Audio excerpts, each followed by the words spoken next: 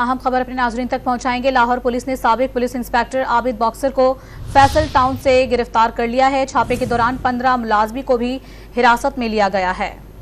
गिरफ्तारी के बाद आबिद बॉक्सर को ऑर्गेनाइज्ड क्राइम हेडक्वार्टर मुंतकिल कर दिया गया है।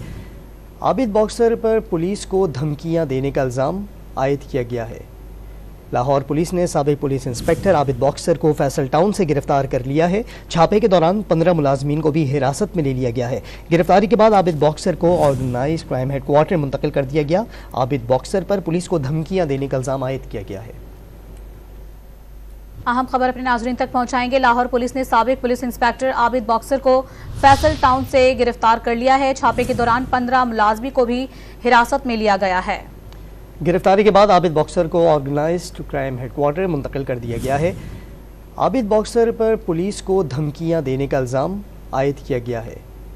लाहौर पुलिस ने साबिक पुलिस इंस्पेक्टर आबिद बॉक्सर को फैसल टाउन से गिरफ्तार कर लिया है। छापे के दौरान 15 मुलाजमीन को भी हिरासत में ले लिया गया है। गिरफ्तारी के बाद आबिद बॉक्सर को ऑर्गेनाइज्ड क्राइम हेडक्वार्टर मुंतकिल कर दिया गया।